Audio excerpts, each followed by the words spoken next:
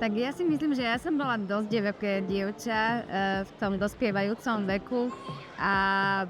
myslím si tiež, že moji rodičia mali so mnou čo robiť, aby ma nejak tak udržali v tej bezpečnej zóne. Ale ja si myslím, že sa im to veľmi dobre podarilo, za čo som im veľmi aj vďačná. A ja si pamätám hlavne jednu takú radu od mojej maminy, ktorej som sa tak vždy držala a za ktorú som veľmi vďačná, aby som si vyhľadala priateľov, ktorí mi budú nejakým takým vzorom, na ktorých sa budem môcť tak nejak nadviazať, učiť sa od nich. Takže to som sa vždy držala aj doteraz a veľmi mi to pomohlo. Počula som o tomto programe a myslím si, že je to úžasné, hlavne kvôli tomu, že v tom veku 12 až 17-18 deti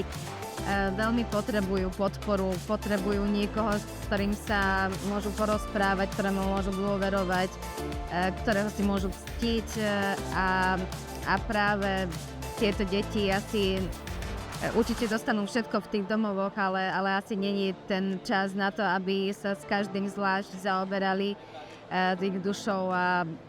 s ich potrebami aj duševnými.